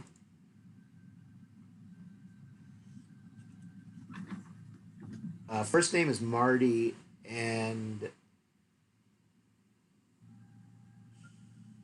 I had seen his email. Oh, I looked him up on QRZ by his address. That's what I did. Let me look him up again, and I'll tell you his call sign. But he never filled out an application, so I wasn't even able to. I wasn't even able to welcome him into the group because I didn't know anything about him. All right. There's only one Marty I know, Marty Gunn. It is Marty Gunn. Yeah, I think that's him.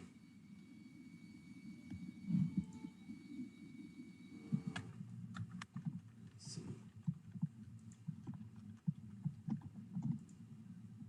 Is Marty a friend of yours, Jojo? Oh, he's a member in the net control now for Sacramento Aris. Oh, okay. He checks in regularly. I see. That's who it is, actually. Let's see.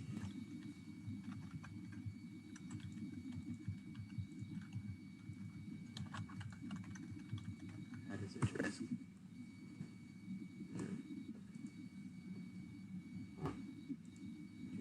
Earlier I looked him up and I was able to find him, but maybe it's because extra word in here. No, for some reason I'm not finding his address now. Don't know why. But in any case, so I'm waiting to hear back from him so that, oh, I see. I have to log in. I'm waiting to hear back from him for application. It would be really nice to know about somebody before they join our club anyway.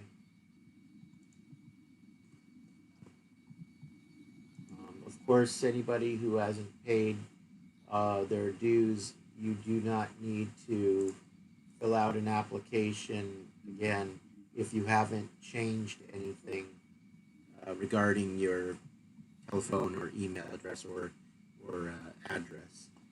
I just need your payment because you're already in the system. I did have a complete crash of the system. All of the data for the club got corrupted and everything got changed, but luckily I had a backup from the 7th of this month, which didn't include about 3 members, so I only had to update 3 members, but everybody who paid their dues between the 7th and today, I lost all that, so I had to go back through all the PayPal payments and see who people were.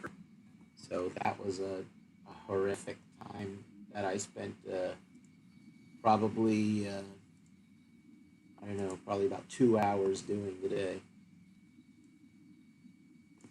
So, in any case, I think that's it for club news.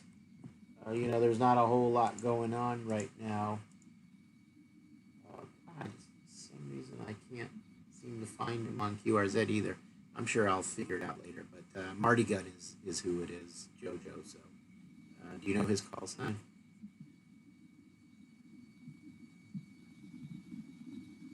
I'll let you know. Let's see. Our next event would have normally been the Kids Day in the Park event where we do PR work for the showing amateur radio and Morse code specifically to the kids in the park and their parents, but that comes up in April.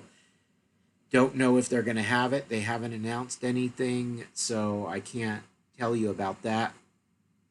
So the next in-person event that I know we'll do will be the June field day, hopefully an in-person meeting before April, in person. And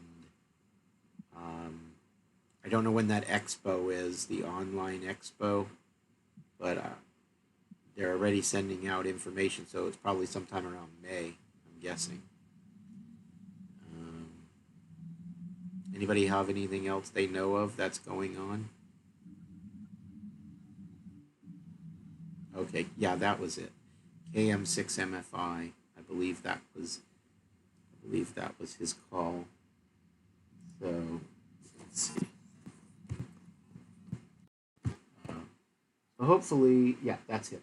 So I hope he can get an application together for me, so that we can get his information into the system and welcome them aboard.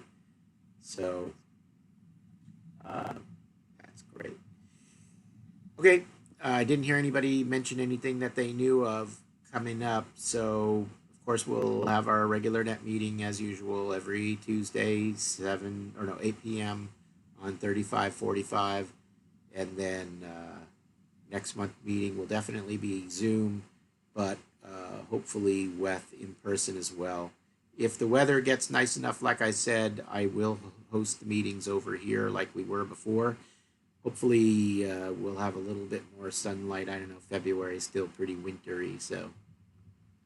Got daylight time next month. Yeah. Really? Already? Oh, we're in February. That's right. March. Wow. March 14th, I think it is. When you're forced to stay at home for a year, the time just starts going real fast after a while. Yeah. Boy, well, I was started on March 15th. That was the first. Well, if we could just stay home for 15 days, you know, this whole curve would go away, or this whole virus would just disappear. We just need 15 days, just 15 days. That's all it'll take. A year and 15 days, I mean. Anyway, glad to know that your friends and family are safe, David, that they recovered from their illness. That's good. Thank you, Mike. And we got it. Listen, if anybody wants to know the website information in case I die, please let me know. You can do all the administration. I'll let you take it over for. You want to talk after you go or before? I don't know. After I go, you can talk. Yeah, after you go. Yeah. We'll talk to you from the great. Where are you going to be? Right. Yeah.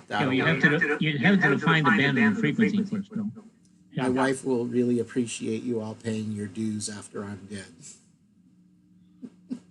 The bank account will just continue. Can't take it with you. Yeah, well, the bank account will just continue to fill for her. That's. I'll put you all on auto payment. How about that? Actually, I'm thinking about doing that. Anybody have any feedback on that? I send the PayPal invoices to everybody who hasn't paid so far for their dues this year. They're all going to get an invoice. So I'm thinking maybe I'm going to set it up for like a yearly thing where just automatically everybody gets a PayPal invoice. I don't think there should be any reason not to. It's just really a reminder for you guys. I've only had one person ever complain about it, and he's dead now. So I think I'm going to give it a try again. Yeah, why not? Only one I person. would find that pretty convenient. Yeah. I know there's a few members that only pay when I send the invoice. We've had a member now for like 6 years, and he's never sent a payment in until I've invoiced him. So, and I really feel like a lot of people have gotten W6SFM emails in their junk spam mail folder, so it's getting lost anyway. So, all right, I won't hold you any longer. I can tell it's time to go because Michael's turning off lights and locking doors. So, I'm just waiting for that giant switch he's got on the wall to be pushed down in the bottom. Hey, guy, you better check into that now. We only got 30 seconds left. Oh, right. Yeah. Okay. So, all right. So I will. Online. You're not very good. Right. So I will say good night and thank you all for coming out. Appreciate you making it out here. And we'll see you next month, whether it be in person or on Zoom. Both will be hopefully available. So. Good night, Thank you. Good to see you. And Bob, I'll call you in the morning. Bye-bye. Good night, everybody. Good night, everybody.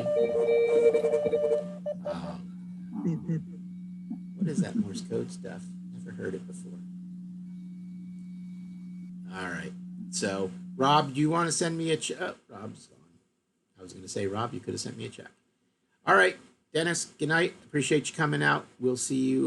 We'll see you next month, then, if not sooner.